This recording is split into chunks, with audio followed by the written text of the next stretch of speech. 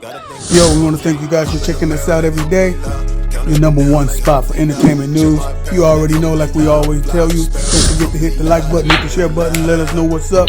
And come on in, come on in. Yes, it's another edition of the Weekly Entertainment News Podcast.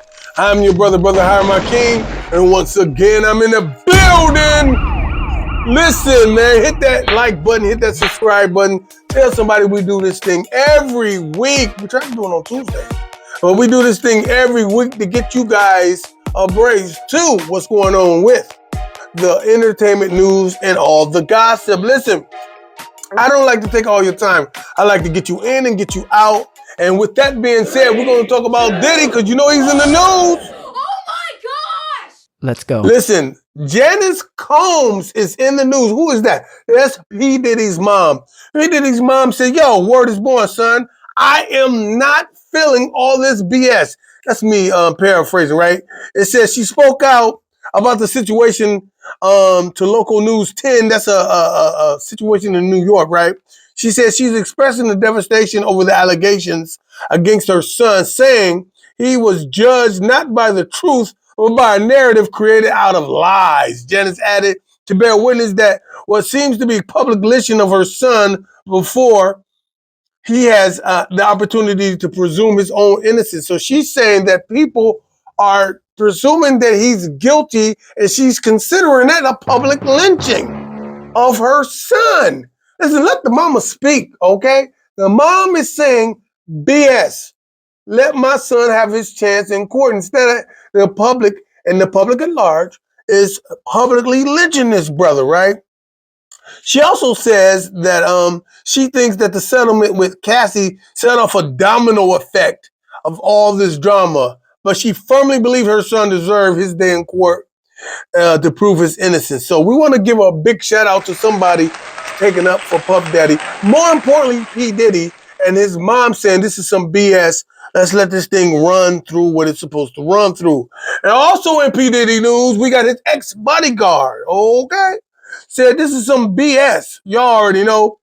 His bodyguard, Joseph Big Joe Sherman, was named in a recent sexual assault lawsuit filed against the embattled mogul, that's Puff Daddy, or P. Diddy. But he's confident that his innocence will be proven, talking about the bodyguard, Big Joe. A woman named Thalia Graves filed a complaint in New York, the federal court late last month, alleging that back in 2001, I'm going to say it again, back in 2001, she was dating someone who worked at the Bad Boy, and Diddy called her in to set up a meeting under the guise of needing to talk to her about her partner's performance and work issues at work. The suit recounts her alleged subsequent rape of both Diddy and then bodyguard Big Joe Joseph Sherman. But in a new interview with NBC New York, Big Joe, has denied having even met the broad, let alone taken part of any of the allegations that she's talking about. It's a lie. She lied on me, he said. I don't know this woman from anywhere. I am not questioning her integrity. I am questioning her claims against me. You got the wrong man. I wasn't even in the same room, let alone I didn't even see you. I wasn't even in New York at the time. Bruh, I like what you said, but I don't like the fact that you said it's a lie on me. I don't know you from anywhere, questioning her integrity. Damn her integrity. You should say, to hell with your integrity. I am questioning your integrity. If you disrespecting me, I need to say your integrity is suspect at this point. Anyway, continuing in the Diddy news, the Diddy sex trafficking and racketeering case has already undergone a major change. We already know that he was appointed a new judge, Aron Subramanian. What? Took the bench in place of the other judge. And we know that last judge denied P. Diddy bail for his freedom. So I don't know if that person was playing the game or not playing the game. But at any rate, we got a new judge, okay? Keeping with Diddy news, all right? The lawyer, Tony Busby, out of Houston, right? This dude got some big claims also to match his big, okay, text to kill. He said, yo, not only is Diddy is involved, but there's a big name just as popular as Diddy who will be sued. I'm gonna say it again. Your man, Tony Busby, over there who representing over 50, they saying over 150 now, alleged victims saying that not only is P. Diddy getting dealt with the dirty way in the media, other people that's just as big as him is going to be charged and there's going to be some lawsuits filed. Here's the T though. I hate to say the T, but pull the goddamn pull the T. Okay? Here's the T. He said some of those superstars already settled. I'm gonna say it again. He said some of those stars already settled, so it won't be made public. So you already know Big Tony is doing some big business, okay? So big ups to them, right?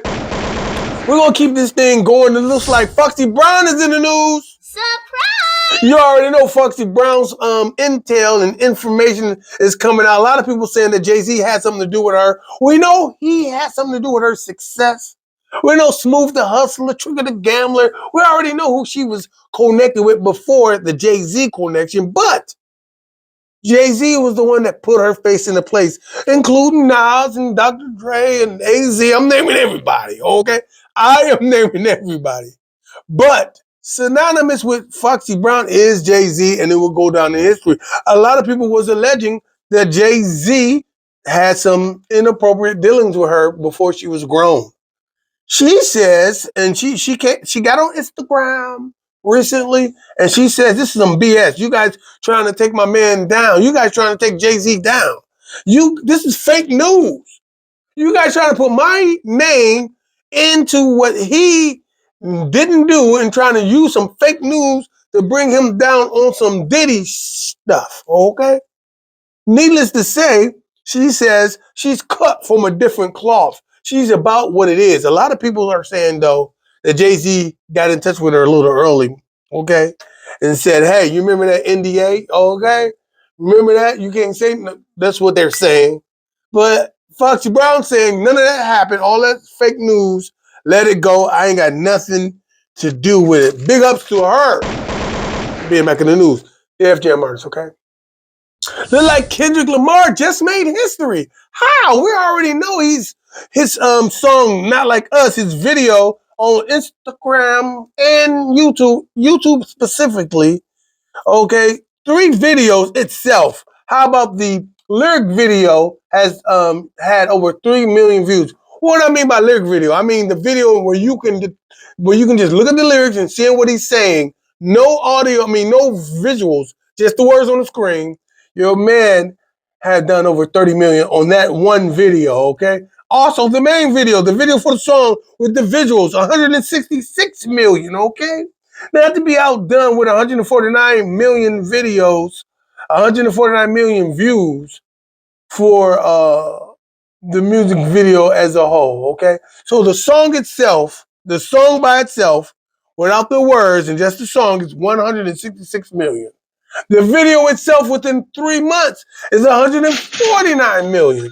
Not to be outdone with that song that did great, that happened in 2017. Listen, the emergence or the re-emergence of Kendrick Lamar had put him back into the limelight with certain smash like Be Humble, Sit Down, at 1 billion, over a billion fucking views, okay? That's like 1,355,582 views for Be Humble. Big ups, Kendrick Lamar. Also, Let's go. Rich Homie Quan, after his death, have released another album, okay, celebrating his 35th birthday, or what would ultimately have been his 35th birthday. The name of the album is Forever Going In. It was released Friday, a month after his death. The rapper would have eventually turned 35 years old. He has some help on this particular album with 2 Chainz, Suki Hana, you know what I'm saying, Skilla Baby, and some other people. Woo! Let's go. This song was like, this album is like 35 songs long. You know what I'm saying? They are absolutely trying to capitalize. This is not me saying this. This is what the article was saying. They capitalizing on his emerging stream since his is his ultimately demise. So big ups to the family. The family said that they dedicating this album to the fan. To the fans. So that's 35 million. I mean, no, I'm sorry. 35 new songs released by Rich Homie Quan. Porter T, goddammit, Porter T. Look like Haley Bailey and DDG has officially called it quits. Yeah, that's right. After 2 years, the rapper and the streamer DDG and the lovely actress and songstress Haley Berry, the Little Mermaid herself with the little baby, have called it quits. Now, now we know now DDG is upset with Joe Buttons, how he's making mockery of the breakup. I got something to say. Let's just talk about what DDG said. He said, I'm gonna actually said it. He said, if I could tell myself something at the age of 22, I would tell myself not to get into a relationship because it's damn near like having a part-time job. You really have to apply a lot of time and effort to making that situation work. Okay, and if Joe Buttons and everybody get on top of it and start taking it everywhere else it needs to go. But I'm telling you, at the end of the day, when you're young like that, and you forging new families and forging new relationships, babies are created, black love is spawned, and we celebrate that black love, okay? It hurts sometimes when we know that you guys can't even make it. It's been 2 years and it's over. Well, he also made a statement that, hey, I'm career driven. Sometimes we need to push pause on these relationships and take care of business. And I am a proponent of business before paradise. Speaking about business before paradise, it looks like transgender is no longer transgendering. Sydney Starr and your man from Family Matters have made it official. Sydney Starr have cut off the style. What? Okay. What's this? What do I mean by cut off the style? That's right. They was on Adam 22's podcast, lovey-dovey, having a good time. We know they've been parading around social media. Sydney Starr, the legendary transgender, is transitioned to a full woman by she snipped the style. And she said Darius, what was his name? Darius McCary, Eddie, financed it. Okay, so he's getting. I was about to say something. He's getting real. Hello. I'm not. So he's participating with a. No. Okay. Big ups to Black Love in any way it's got to be shown. Big ups to Black Love. Speaking about Black Love, it looks like Barry White's family representing that Black Love is coming against Future, Metro Boomin, and even Kendrick Lamar. They about to sue the guy. Look like Future and Metro Boomin, along with Kendrick Lamar, are mentioned in a new lawsuit by the estate of the legendary singer Barry White. Okay? The Barry White family trust is suing not just them. Actually, they used the song, but it's a rap duo named Ronnie O and Joe Cooley. Where I'm from, you know who Ronnie O and Joe Cooley. They sampled a song called Everlasting. They had a song called Everlasting Bass, and used some samples before even Kendrick Lamar was even doing it.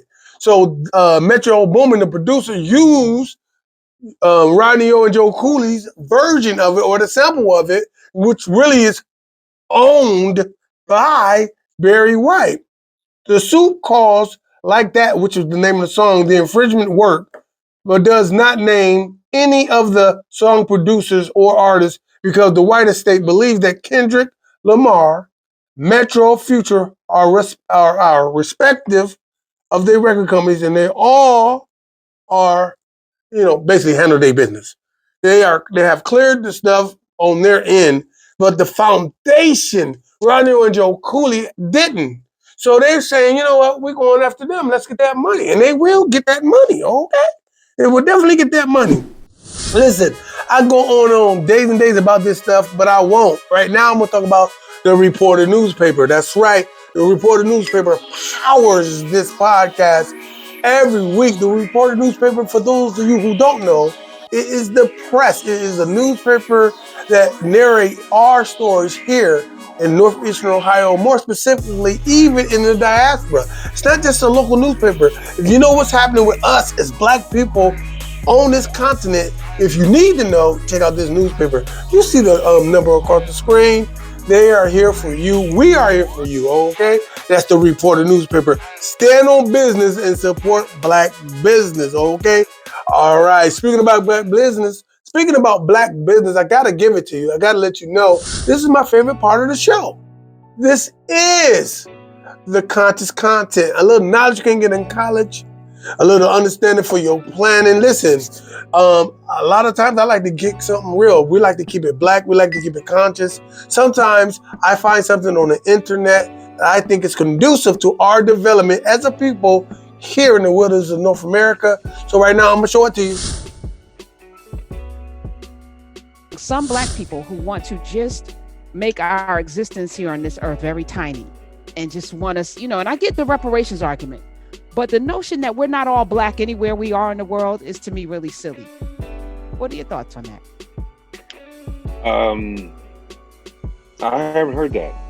So I'm surprised to hear that you say black people want to make us myopic. Like, they just yeah, there's a movement to, if you're not from America, you're not legitimately black. And it's like, Kamala Harris is not black because her mother's Indian, and this person's not black because they're not descendants of African enslaved people.